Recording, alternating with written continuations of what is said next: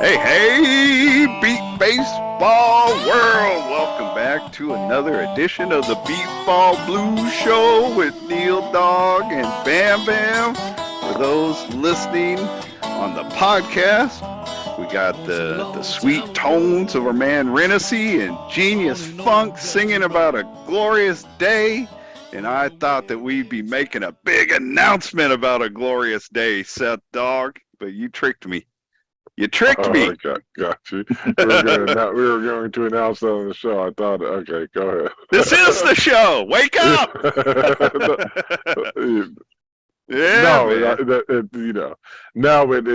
All your text on Monday kind of makes sense now and stuff. Because when you got, Neil will tell you the context of this, but when I got the text from you, I was like, God, man, let me go look on Beepball Nation. Did Neil say something out on Beepball Nation or whatever?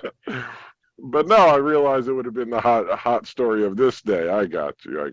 But yes.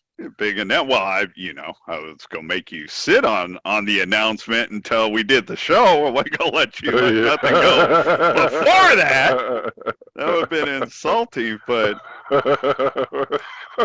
so we had a few comments on the show last week. Which, by the way, we had tons of people check out last week's episode between the three platforms, and we appreciate all of it. But after the show, there were some comments on the YouTube channel, one being from Fonzie. So I was on the YouTube channel. I had already told you about it, but I didn't expect you to go look for it. So I was on the YouTube channel responding to it. So I just copied the message and sent you a quick email. And you respond saying, yeah, man, I actually got the message. I'm coming out of retirement next year. And I start thinking, man, if there's anybody that could drag you out of retirement outside of maybe Trajan, it's Fonzie. Oh. And so I was like, well, now that he's done with all the school stuff and out working, maybe it's a better time. He wants to take another run at it. And so I didn't see your response for like a couple hours. I'm like, whoa. So I pick up the phone and try to call you. You don't answer. And then you send me a text. You're like, yeah, I saw you try calling. What do you want? I'm like, this dickhead's being coy with me now. Like, man, what do you think I want? I'm ready to hit the live button, dude. Are you serious? And you're like... And I had no idea what the hell you were talking about. Yeah, right? You're like, man. I'm literally looking at the text, like, I have no clue. Yeah. What you're referring to. I told you in the text, I was like, I'm joking about hitting the live button, but man, I want to talk. Just find out what's going on. You're like, well, I know you're joking, but I have no idea what you're talking about. And now I'm just sitting here looking at my phone like, how does he not know what I'm talking about? Like, dude, you told me you're coming out of retirement. You're like, oh, yeah, no, I was kidding. Oh, after all that, for like 3 hours, all excited, man, for no reason. No reason at all.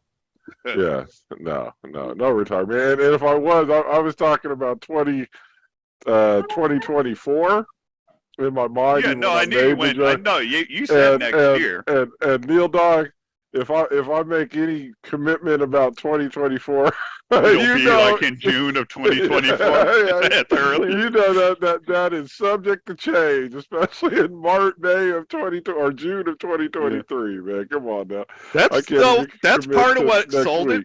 That's part of what sold it, though. It's like, yeah, you're coming out. I'm coming out of retirement next year. It's like, well, at least he's being realistic. He wouldn't be ready 5 weeks from now.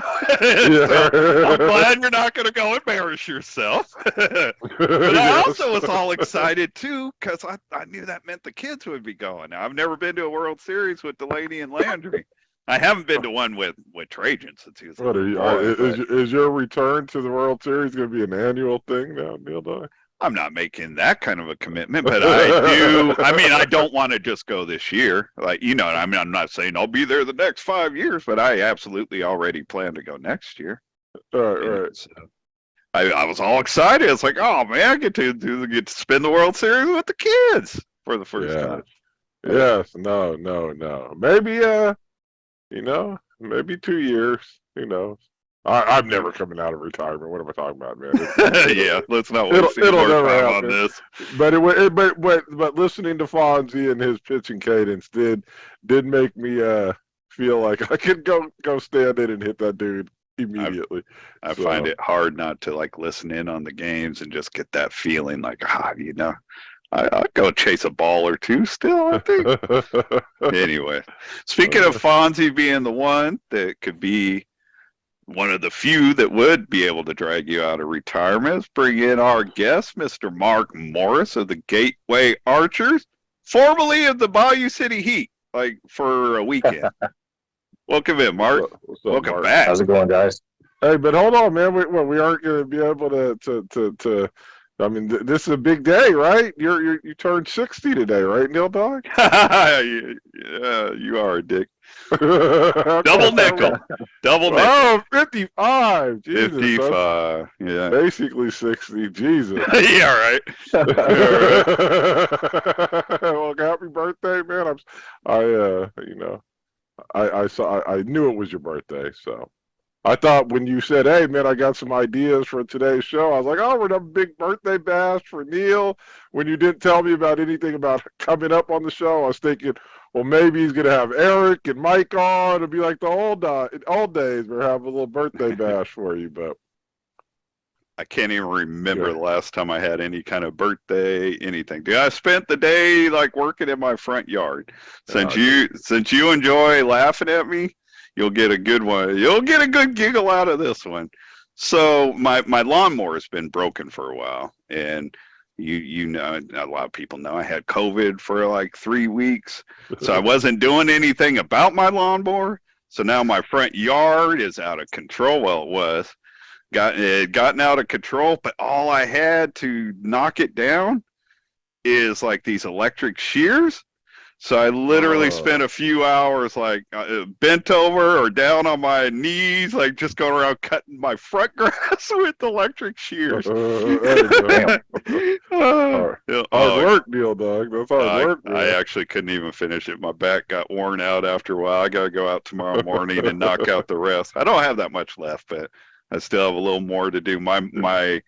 The guy that's been my mailman for many moons comes walking up, and he's just like, I wasted like 5 minutes of his day because he just felt horrible watching me do this. He's like, I want to go get my lawnmower. I want to call my son, tell him to bring the lawnmower over, but I've got the truck. He can't bring it to you. It's like, dude, I created this mess. I'm not asking anybody for help. But I knew you'd get a good giggle. Picture me just out there, like bent over, holding shears, cutting grass.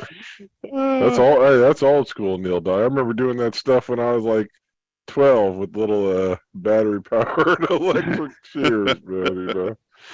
What's the most embarrassing way you've ever taken care of your house, Marc? You got anything for us? Oh,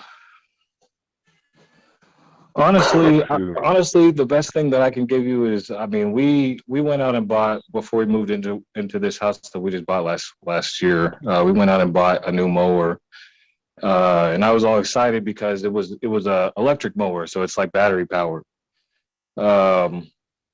You know, I thought, you know, we're going to save money on gas because gas prices are high.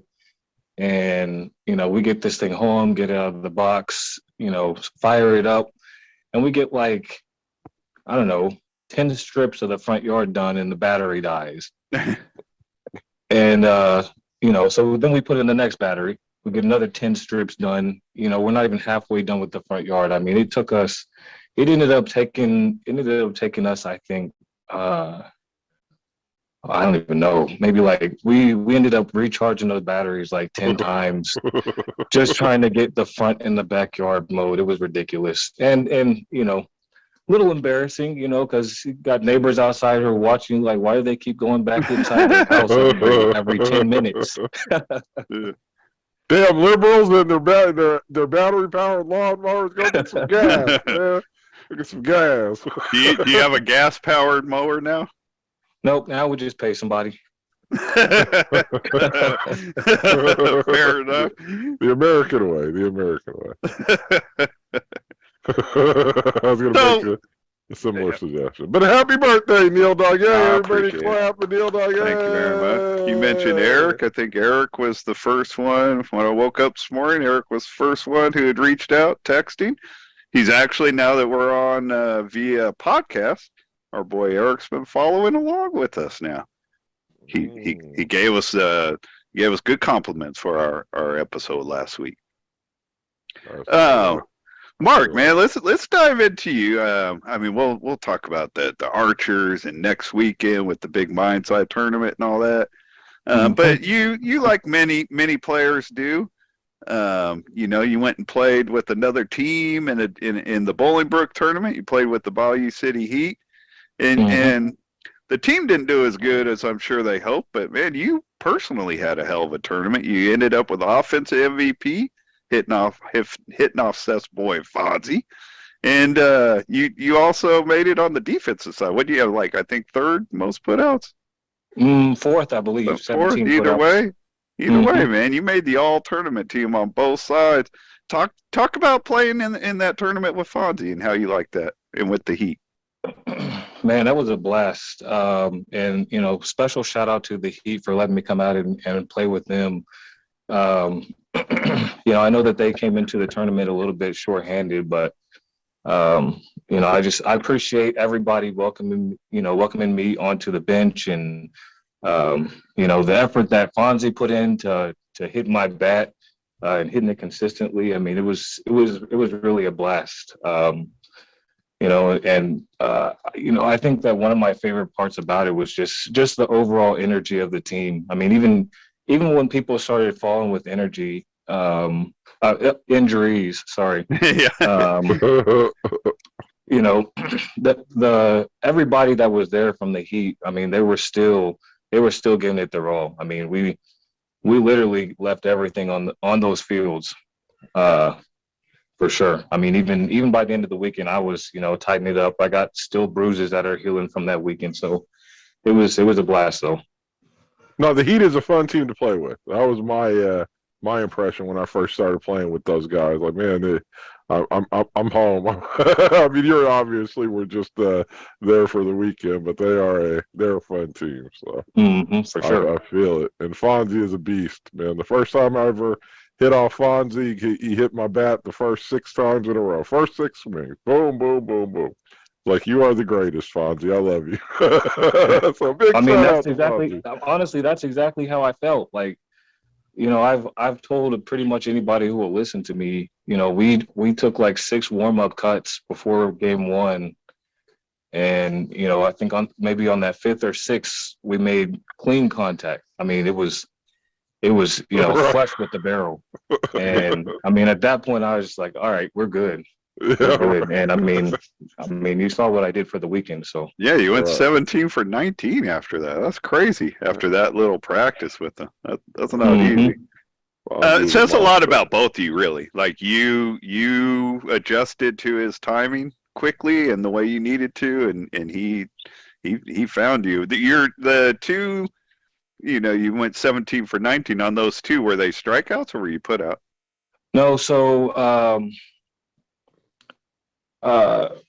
just one more cool compliment to Fonzie. So I had 2 bad balls all weekend. The one was in the Thunder game. It was a ground ball that I hit to Adam, and I mean I almost beat it out. It was real close even still, but bad ball that hit to Adam.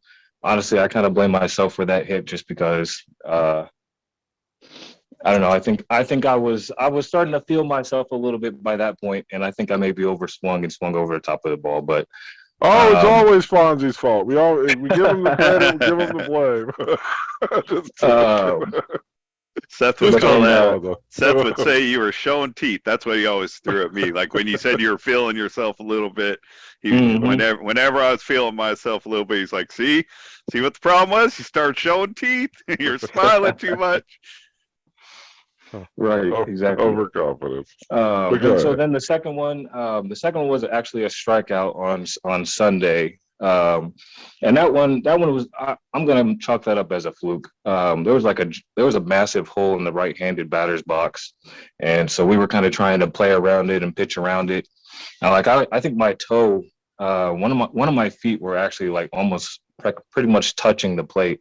So I was off balance during that whole at bat and just felt a little uncomfortable. So I think that had that hole not been there, we probably would have went 18 for 19. Yes, and all contact. The first tournament I hit off Fonzie, we went 40 straight at bats before he struck me out. I'm like, dude, you are so good, Fonzie. And it sounds like you guys had that same sort of success right there. For sure, for sure. Well, and so the other thing that I'm gonna touch on a little bit is, like the contact that I had with him, it was different than anything I've ever had in the 10 years I played beep ball. Like I was putting the ball third row pretty much every at bat. Which, I run a very, straight and fast base. So I mean really nobody had a chance. I mean it was almost unfair. Slow down. Yeah, Slow down. look at him showing his teeth, NealDawg. You don't want to give people locker room material. No, that's cool to hear you talk about, because you are known offensively more for your speed. You know what I mean? Like when people talk to you about it as an offensive player, it's just like, oh yeah, he's got a lot of speed. But was there something different about your swing, or is just the contact you were getting off Fonzie? Just had you in a groove. So I mean, I've been kind of tinkering with my swing a little bit ever since I left the edge, just trying to make it better. Trying to really capitalize on the power that I know I have that just never really was found over the past few years. So I got to a point, I think during the Indy tournament, where I really locked it in, and I became comfortable with my swing. I became confident at the plate, and I was just kind of able to build off of the last couple of games of the Indy tournament and bring that into Bolingbrook with that good, confident, solid swing. So, is the tinkering that you've been doing, is it something you're doing on your own, or have you been working with somebody? So it's mostly been on my own. I did work with a softball coach here in Indianapolis, just to kind of give me some pointers and kind of pointing out some areas where I might have been losing power, or making it more difficult for the pitcher to hit my bat if that was the case. So he took a look at my swing. We worked for a couple hours, 2 or 3 times, and the results really kind of spoke for themselves. Yeah, no, definitely. On the defensive side, I'm curious. I'm curious a few things about you with defense. But while you're playing with the Heat, where were you playing? Because you're really productive. I was playing front left. Okay. All right. Go ahead. I was just gonna say it's kind of a throwback, because I played front left for the Edge for I think 2, maybe 3 seasons. And it's also kind of funny because I told Fonzie, like, the last time I played front left at Bolingbrook, I got the defensive MVP award. So I mean, I was pretty confident that I was going to play that position well. Definitely. And I'm curious about that, because I have seen you over the last, just over the last 3 years, when I've been following a lot more closely. I've seen you play different spots. Do you have a preference? Infield, outfield, left, right? Honestly, I think I prefer the outfield. I enjoy playing like left rover, I guess you would call it, like that left fielder position. Mm-hmm. I also kind of enjoy playing in the middle of the field, because then I can kind of cover both sides of the field a little bit. I'd say like midway depth, like 125 to 130, somewhere in there. So either one of those positions I really enjoy. I think I've gotten really comfortable on defense to the point where I can kind of flip the switch and play pretty much any position, which is kind of what helped me in that Bolingbrook tournament. Be able to go from taking balls out in the left rover position to needing that quicker reaction time and getting balls in the front left position. So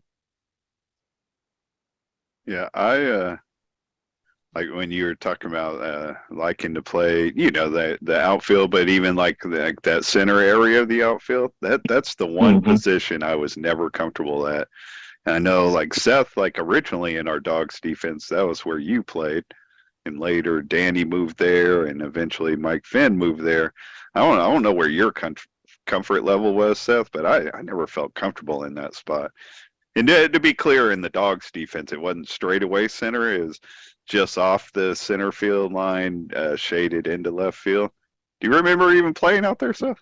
Oh yeah, no, and I know why it was difficult. I mean, you were in a box. You didn't have playing there. You didn't have the same freedom of movement that you had at other positions. You couldn't if you went up, you were in somebody's lane. If you went back, you were in somebody's lane. So it was just kind of a more side to side kind of confined area. But I liked it. I didn't have any real problem with it. But I don't like going forward. So it was never a big deal for me. So you know what I'm talking about. So I like it. I remember, and I didn't spend a lot of time out there, so I feel confident I could have adjusted. But I remember the first time I rolled out there though, because like somewhere like after the '98 season, we considered moving Fabiano up to my spot and me out to that spot.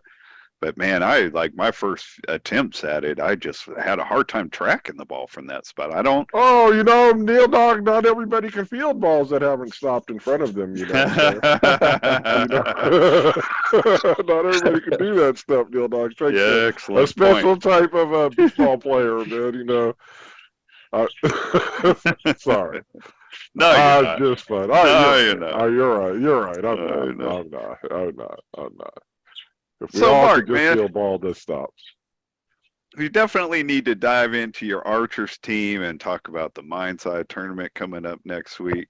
But you made a big move during this offseason. As you mentioned, you play with the Edge.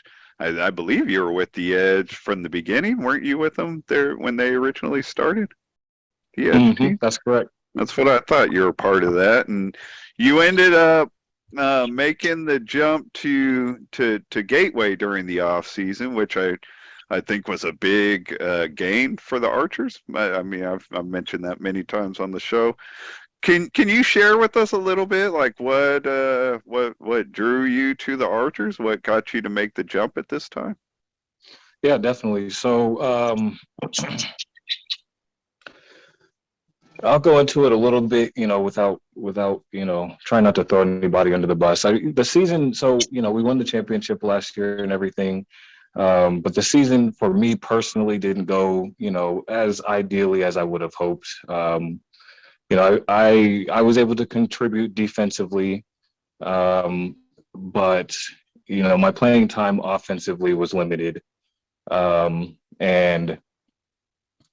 I'm only 29 years old, and I felt like I had a lot of offensive ability that just hasn't been tapped into yet, or hadn't been tapped into yet. And so, after the season, I made the decision that it was time to look elsewhere. So talked to a couple of teams. Specifically had conversations with Mike Curtis and Jason Frazier with Mind's Eye, and they were talking to me about the organization and the culture that they were trying to build, trying to kind of turn the page from a recreational mindset to more of a highly competitive mindset and culture, and they also told me that they were looking for somebody to be, more of a standout leader on the field, on and off the field. And I felt like all of that fit into my wheelhouse really well. And I also saw the opportunity, obviously, where I would be able to play both sides of the ball consistently. So, I really jumped at that opportunity.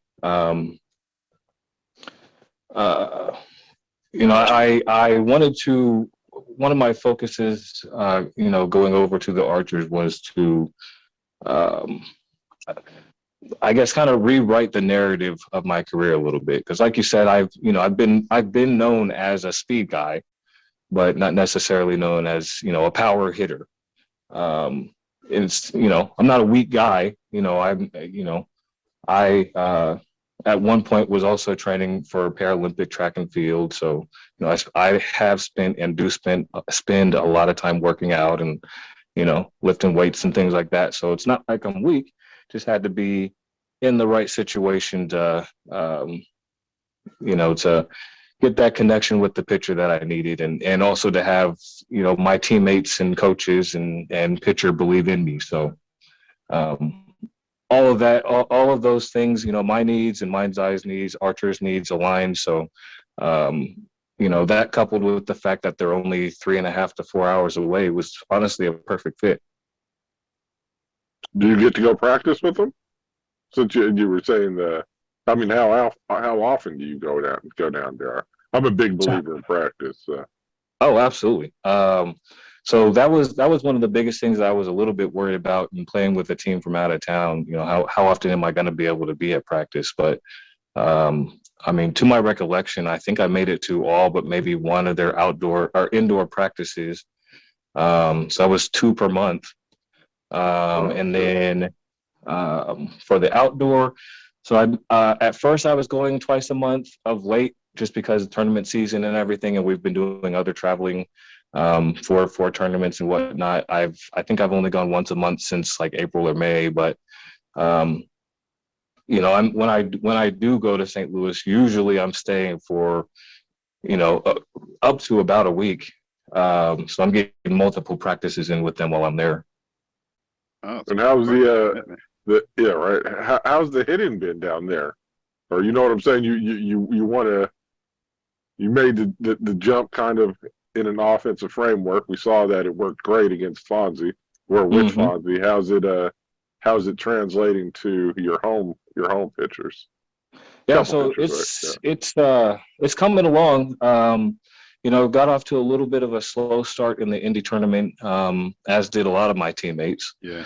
But I'd say so. This is a little bit of an aside, but I ended up I switched the bat that I was using in the Thunder game. I was using a DeMarini Windy City bat, and ended up going back to the Black Max bat, which I've been using the Black Max for pretty much my whole career before this year. Went back to that Black Max, and pretty much started banging the ball really well. So, I don't honestly know if there's any correlation between those two things, but my last 3 games, I'd probably say my last 7 or 8 at bats, it was really good, solid contact, the type that I was looking for when I jumped to the Archers. So me and Walker, we're starting to get that really good chemistry at the plate, and building I'm really building off of the confidence that I gained in myself and my skills in Bolingbrook, and kind of trying to carry that forward to the Archers. And, I was just at practice a couple of days ago, and we were again hitting the ball really well. So, I think everything's falling into place the way I want it to personally. Turning the focus towards your Archers, we have a big tournament coming up next weekend that's being hosted by the Gateway Archers in St. Charles, Missouri. Is that the actual correct. location? So they're hosting that tournament. It's an 8-team tournament. How are you feeling about your Archers going into that? I feel good. I feel really good. And I'm sorry, Mark. And I keep waiting for somebody to say, "Man, we suck, man. I can't wait for we're just gonna go out there and get absolutely crushed." Man. But no, I'm sorry. Go ahead. Go ahead. Well, you're not gonna hear that from me. You're not gonna hear that from me. Even if we were playing the Jets, the Thunder, and the Edge, I still like our team. So he's not attacking you. He's attacking the way I ask questions. Nobody's attacking. I'm going to mute him. Hold on. It's your birthday. I would never attack you, NealDawg. Come on now. Journalists go to school for years to learn how to ask those type of questions, man. I'm over here smiling. I don't care. You ain't paying me. Oh, I'm sorry, Mark. Go ahead, Mark. No, you're good. You're good. But no, I feel really good. We were talking, when we were offline, Neil, So, we're playing the Lookouts, the Hurricanes, and the Blackhawks. So, I feel really good about how we match up against those teams. Uh, you know, Little side joke, half of the Archers, we pretty much already beat the Blackhawks back in Bolingbrook. So, so I expect it to be a good competitive game. So I'm looking forward to it, honestly.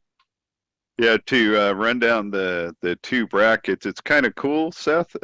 Like I don't believe a tournament is set the brackets up this way, but in this tournament they're doing, I don't know, it's kind of an east-west bracket, so it Go ahead. I'm sorry. I just as close as they could get it they could anyway. get the So whip. yeah, in that maybe the east and the south. I don't know. I don't know how they're looking at it, but you got as he mentioned, you got Austin, the Houston Hurricanes, the Oklahoma Lookouts, and the Gateway Archers, and in the other bracket, yeah, both the Indy teams, the Edge and the Thunder, along with the Comments and the Atlanta Chaos. Is that the 8th team? Did I get it right? That's correct. Look at me. What's interesting to me about that, to both of you, is it's the first time I can remember a major tournament having the two Indy teams, who generally been two of our like top 4 teams year in and year out, be in the same bracket on the day one. Be honest with you, in my mind, I was already kind of predicting an Indy versus Indy championship game, and then I realized, wow, that can't happen. So that's not going to happen. See, Marky out here talking about how much he likes the Archers. This is dismissing you, Mark. Not even, what I say? Don't even give y'all even a thought, man. Come on. When did I say I like the Archers? I didn't say I liked them. Actually, I think I said that before you were on the call. I am a fan, not just of the Archers, but the whole Mind's Eye organization, and how much that organization has committed to beat baseball and blind sports in general. It's not just about beat baseball for them, but I'm blown away by everything Mind's Eye has gotten involved with just in the short time that they've been part of the MBBA. I had a thought before I went on my little diatribe about the tournament next weekend, but I've totally lost whatever thought that was. We also goodbye. No, just not. Yeah, right. We also have another tournament going on that starts next week. It's the Beast of the East. In that tournament, if you remember, it happens over 2 different weekends. I actually thought it started this weekend, but I had that wrong. So it starts next weekend, and then the second part of it will be the second weekend. What's the date? I guess the 3rd weekend, like around the 15th of July, is when the second part of the Beast of the East will be played. And Mark and I were trying to go off memory. I can't remember if they're going to have 4 or 5 teams this year. They're definitely going to have the Philly Fire, the Boston Renegades, the New Jersey Titans, Long Island Bombers. I think that the new Boston team, even though they're not going to the World Series, I think they're also playing in the Beast of the East, but I'm not sure, and I'm not sure how that will play out. With 5 teams, I guess for the teams, it'll just make the days longer. But one way or another, we'll get that all figured out next week. The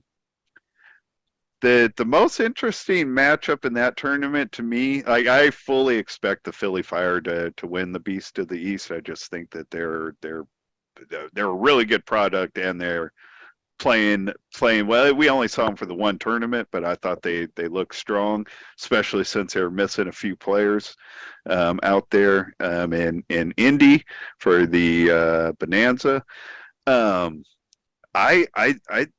The game I'm most interested in is the Renegades and the Titans. I fully expect the Titans to be able to compete for, I don't think they could get higher than 5th, right now.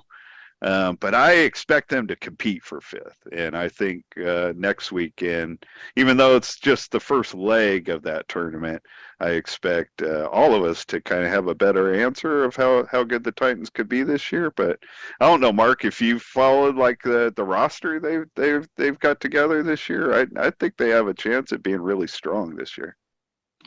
Yeah, I haven't had a chance to look at all the rosters. I think DB put them out a couple, maybe week or so ago, but I do know a couple of the guys who are playing with them, and they, knowing what they've done in the past, that's definitely a solid team. Definitely not to be taken lightly. Yeah, I think they finished fifth the last time they were at a tournament. They don't have the same exact team. They had Coughlin with them back then. Mm-hmm. But they still have Mont Borley, Zach Turner's coming back this year, making his return. Damian Gonzalez is coming up, getting better and better. They got Randy George back. Marvin Morgan's back with them.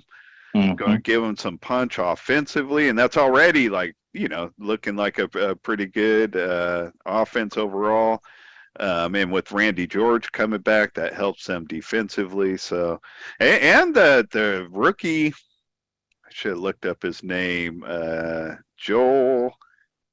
I can't think of his name. It might not even be Joel. The rookie that was playing with, I'm kicking myself right now, that played with the Long Island Bombers last year that looked really good. He moved over to the Titans also. So I mean, I feel like they have a really solid product, and I think that if it's all clicking, that it's a little bit better than the Renegades right now. But we're a long ways off. We haven't seen the Renegades with Joe McCormick. It's possible that Christian Thaxton is going to be back with them. He's on their roster. Last I heard, it's 50-50 on whether or not Thaxton will be at the World Series. But that's a big offensive potential offensive MVP thrown back in the lineup with Joe McCormick, who tied D. Smith for the offensive MVP. So, we haven't seen the best of the Renegades yet. But let me ask you, Neil. What about this tournament? All right, we this got one that coming up next week. Yeah, I mean, you got Marc Morris on. You got the star Marc Morris on the team on the podcast, and you're giving us predictions for 2 weeks out on a different tournament. What about this, what's coming up this week? I just got carried away talking about the Titans. I think. Yes, you did, man. You got to stop your little bromance over here, man. Come on now. Let's refocus again. I mean, in Neil's defense, I'm curious what the Titans are going to do too, because like he said, they got the offensive pieces, but also what's their pitcher going to do? All right. That's true. If you're striking people out, you can't score. And he's still like a newer pitcher also. I have no idea who he is. You know me. I'm a casual Beepball fan. I don't know. But who's it's Zach Turner's like dad or stepdad. I've never been clear on whether it's like his biological father, but his name's Steve. He's a newer pitcher, but he was showing promise last year, and we've only seen him a little bit this year, but he's looked strong. It looks like their offense is ready to rock. On the Mind's Eye tournament. Yeah, the short version, the Cliff Notes version. Just getting the brackets straight in my head. Like, I'm feeling Gateway. I mean, I feel like don't pander. Don't pander. But you just told him 2 minutes ago that you thought it was going to be the Thunder and the Edge, man. But that's in the other bracket, idiot. Or why don't you listen to the See how he gets so tense, man? I'm not getting tense, but it's an age thing, man. It's an age thing, man. Crotchety old man, 55 years old, man. Be fair. I was equally hard to deal with 30 years ago. I haven't gotten easier to deal with. So it's not an age thing. It's a NealDawg thing. Let's be straight. That's true. I stand corrected. I don't see either the Houston Hurricanes or the Oklahoma Lookouts having a chance in that side of the bracket. So it's going to come down, in my opinion, to Austin or Gateway. And I feel like Gateway playing at home. Are you guys going to have your whole roster? Do you know? Yes, we are going to have everybody in. So you'll be playing Austin. I mean that's going to be the big game. I don't expect Austin to have their full roster. They don't usually at these smaller tournaments. So I mean just that alone, I'm going to give the Archers the edge. I think right now maybe the Archers have the better roster, like player, like putting the 6 players out in the field. So I mean, I'm leaning towards the Archers, but I've talked about before. The Archers don't always win. Win games they're capable of winning. What he's saying the Archers have a I don't know what choking I'm saying, problem. But no, I'm not saying that. I'm not saying that. I'm not saying that. I'm not saying that. But I'm sorry. I'm just translating. I'm sorry. They haven't always. Go ahead. I was just going to say, I think we definitely know, we still have a lot to prove. Yeah. Especially after the Indy tournament, I think a lot of people around the league expected us to be more competitive against Philly, which, that didn't happen, unfortunately. But, like I was telling the guys as we were kind of packing things up for the weekend, championships aren't won in June.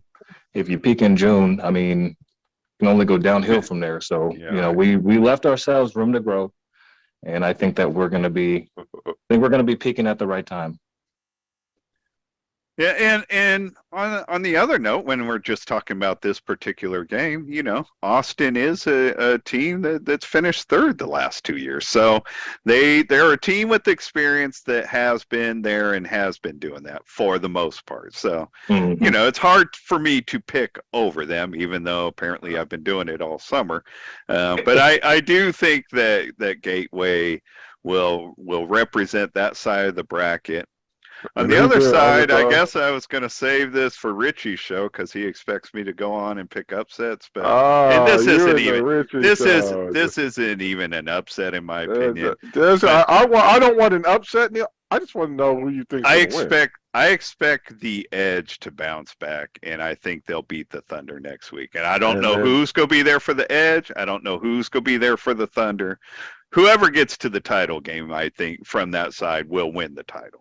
There you go. There you go. Finally. I'm sorry, but that's just where I'm at right now. If you guys prove me wrong, dude, I'll have to come out here and point it out that I was wrong again.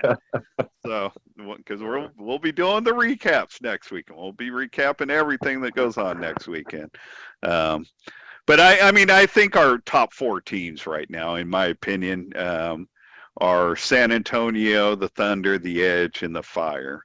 And actually, I would have, if I was putting out a top 10 still, I would differ with DBs a little bit, where right now I would put the Fire at 3 and the Edge at 4. And only because just what they've shown us so far this year. I think that's just where it's at so far. I'm not predicting the Edge to finish 4th. I think they have way too much talent for that. But I just don't feel like they were as ready. They in the last 2 tournaments were not in the same place they were at last year at the same time. I expect they went home and worked on it, and I think we're going to see a different Edge team next weekend. Hey, Edge the champions. Yeah, Edge strong. Woo!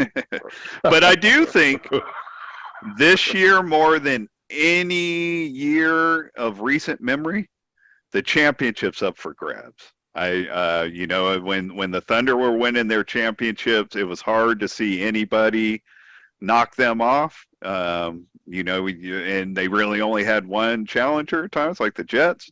And that was the same thing last year for the most part. The Edge rolled over everybody, and their biggest challenger again was the Jets. I think things have balanced out this year, and you pointed it out before it happened, Seth, when Mark left the Archers and Ja'Cory left for the Archers, and Ja'Cory left the Edge. You're like, man, that's better for the league, right? And Obviously, it is. Like Ja'Cory made Houston better. Mark's made the Archers better. We won't know how much better until the World Series is over. But it's brought them back to the pack a little bit. The Thunder getting some of their big horses back. Kyle Lewis and Zach Buehler and Gerald Dykes bringing over dude from why am I forgetting his name? Cody Jeffries. Jeffries. My computer says Jeffers, so I get confused. Cody Jeffries coming over gives them some punch. So I think the Thunder, even though they should have been better last year if they would have had the players they did have still healthy, they still finished strong. But I think they're back up in the argument that the Jets haven't left it. The Edge are obviously there, and I think Philly right now is the only other team in that category. But I think any one of those four could win the championship. I guess the least likely to me is Philly, even though I have them in my mind as third right now. I think the other three teams are more experienced and more ready for a championship. But to me, those right now it might change next weekend or over the next few weeks. To me, those are our four teams that have a legitimate shot at the championship. I think the Thunder have the best chance personally, just because they've got so much depth. I mean, that from what I can tell, the Edge and the Jets both are kind of lacking in those areas, and that's going to take a toll by the end of the week. Whereas the Thunder got 15 other guys that they can put in for their starters to keep their starters fresh. Yeah, I don't think that those replacements are as good as they once were, though. I think I agree with you. They're deeper. And they can withstand injuries. They just need to win, though, right? If you're putting replacements in or backup players in games that you're supposed to win, that then save your starters. All those players need to do is win, and they've done their job. The starters can rest or whatever, right? Obviously, if you don't have the same horses, if we're talking about populating your starting lineup with backup players on Friday afternoon at 5 o'clock, you're probably in trouble. But Tuesday and Wednesday, you're probably golden. Right? I would assume that you're probably golden. I don't know, but No, they definitely have more flexibility to move players in and out early in the tournament.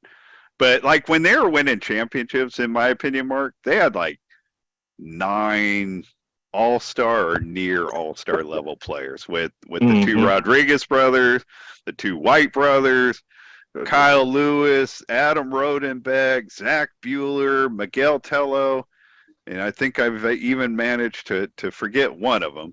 But they had 9. Oh, yeah, Gerald Dykes. How do I forget Mr. Offense MVP?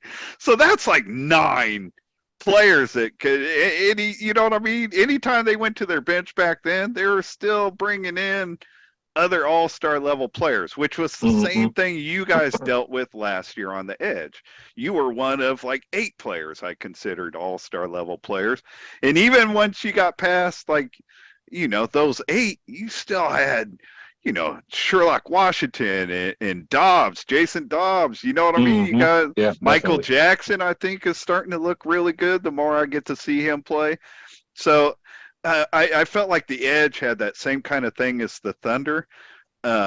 Neither, in my opinion, none of the teams really have that now. Like teams can't go 9 deep on all-star level players anymore. So even though I agree that the Thunder have just tons of players on their roster, like they're not 8-9 deep in all-star level players anymore. It's good to have that depth, and they can absorb injuries better than the other teams. But it won't be the same level of play like it used to be. But the Jets and the Edge, like the Jets especially, once you get out of their starting lineup, they can't go real deep. So looking at if there's injuries throughout the tournament, that's going to hurt them immediately, and it will the Edge. I mentioned that about the Edge a few weeks ago. Like I'm not worried about how the Edge played in Chicago or in Indy or whatever. I feel like there's plenty of time to put the pieces back together, but they don't have as many pieces. The that's why you ended up it had a lot to do with it. Sounds like, Mark, why you left the Edge, because you became more of a role player after having been like a full-time starter the whole time. Ja'Cory Wiley, who's always been a starter, was becoming more of a role player. When you got role players like you and Ja'Cory Wiley coming in with your starting lineup, you know what I mean? That's a big difference than what any of the teams I think are looking at this year. So I think that has a lot to do with what balances it out. Teams like the top teams aren't as deep as they've been. Yes, the Thunder are deep, but they're not like all-star level deep like they were. So I don't know, just some thoughts. I don't really have anything else, although we are going to give away some wool raffle tickets in 2 different ways. So I want to keep my thoughts straight on that. But before we get into that, do you guys have anything else? Seth, you got anything else for our guests? No. I mean, we can always, you know me. I'm always more into the person and stuff like that, who they are. But we ran past that hours ago. So well, but we also had good. Mark on like 3 years ago. 3 years ago, man.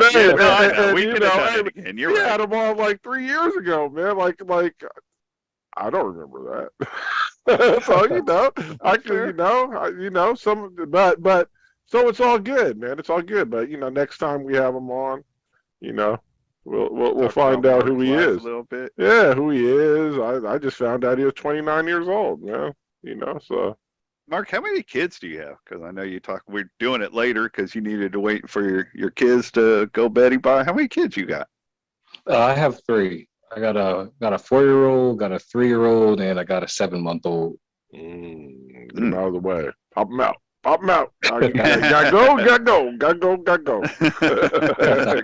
him out of there. You got anything else you want to add in, Mark, before we do this raffle ticket stuff?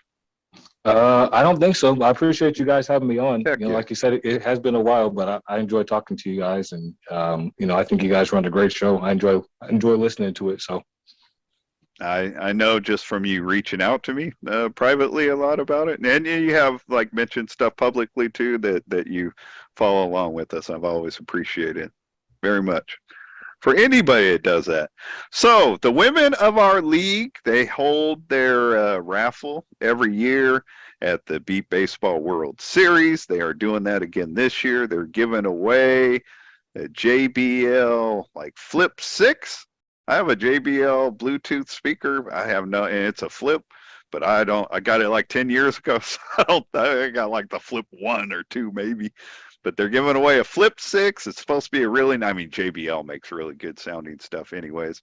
But it's supposed to be a really nice Bluetooth speaker. Plus, this year they are giving away 3, they called them like liquor bats. I don't know if that was like a dictation, like it was supposed to be basket. I don't know if it's like a bat that's, shaped like a bat full of liquor. I don't know what a liquor bat is. But they're going to be giving away liquor, which will go over big at the World Series, especially the night of the banquet. I'm sure they're going to sell a lot of tickets now. But we're giving away. You got to meet your audience where they are. Got to play to the crowd. So wherever I post the show, I'm going to end up like posting the information of how you get in touch with them and how you pay for your tickets and all that stuff.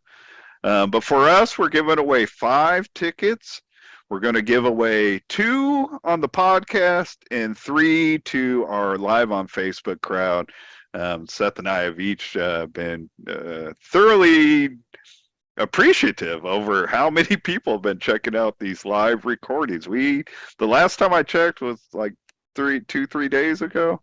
The show with Ashley was closing in on 450 views, and just about all of them of late have gotten like 300 views, and I thought that would kind of kill the YouTube channel and kill the podcast, but between them we're getting another 100 plays. So I mean, just all the way around, people have been checking out the show, and I personally can appreciate it more.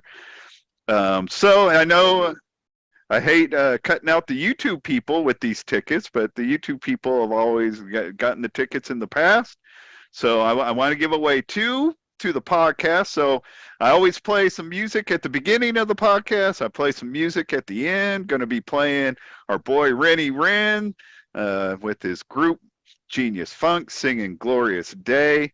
Somewhere in the music, the out music, after we sign off, somewhere in that music, you're going to hear a voice from the Sirens thanking you for listening to the Beepball Blues podcast. And if you recognize that voice, send an email to NealDawg. I was going to say N with an A. Neal with an A. DAWG@gmail.com. You got to put whose voice you think it is, either in the subject line or in the message body. But the first one who can identify the voice, I think I got to disqualify the Sirens since they'll probably know whose voice it is. I should disqualify the Archers, but I'm not going to do it, Mark. But if you can recognize the member of the Sirens whose voice is in there, send an email with who your guess is. First one to get it right gets 2 tickets in the raffle. And the other 3, Seth, I want to give away to the people because we've every time we log off, we've got 50, 60, 70, sometimes close to 100 people that, I mean, once we log off, it tells me how many views there are, and it's been over 50 every time and sometimes close to 100. So for those of you, oh, by the way, Seth, I need you to come up with a password. I always get the password from you. I thought we'd put it out there, throw a password out there, and the first 3 people that comment will each get 1 ticket apiece. That work for you? I don't know why I'm asking. Well, yeah, exactly. No, man, it doesn't change actually. It, so I don't know why. Why don't you? Yeah, exactly, man. I appreciate it. I appreciate the bone, man. Yeah. No, Neal, that works for me great, man. I Perfect. Yes, perfect. Yes, I couldn't be happier to hear that. Yes. So I'm sure it's very important to you. It's very important to you. And I thought we'll probably embarrass ourselves. Because on the few times that we've gone and looked at the comments, there weren't any there. Then when we don't look, there are comments there. Like the last show, there were quite a few comments. But I never got a single notification till like the day after. So I didn't even know they were up there or whatever. So I figure we put the password out there and give it a second and go pop out there before we sign off and see if we have our winner. So do you have a password in mind? Junebug. All right. Anyway, that particular, they got to spell it just like it sounds. Doesn't matter as long as they get it right. June bug. Bug. What's that from? Cosby? Bud. It was Bud. Rudy, that's not his name. I don't care. I like to call him Bud. So Junebug is our thing. Let me pop on to Facebook. Oh, let's pop on. Let's see. Do we have a hot winner? See if we can find us a wiener. Wrong way. Winner, chicken dinner. What? Profile. Hi, Don. I'm sorry. I've dragged this out too long. We're losing Seth quickly. Yes. All right, here's the video. Got a hot game tomorrow. You know what? Because we're still on. Oh, Chad Dillon's in there. Hi, Chad. There's Axel Cox. Can we give Axel Cox another prize? I might have to say no to Ax. Surprised you're not Mike on again. Coughlin. Hi, Mike. Mott Borley's in there. I might have to give Mott Axes. Hi, Mott. It just says 4 other people are watching. That's not right. And none of you guys have heard the password. So I think I this isn't official because my phone doesn't always show me things in listen to myself talk to myself. My phone doesn't always show me things in the correct order. So it's not official, but I would say Chad Dillon, Axel Cox, and Mike Coughlin. God, the names mess me up. Are our 3 winners, but that won't be official until I go. We have to put in like some rule that if you win a prize from us, you can't win for the next year.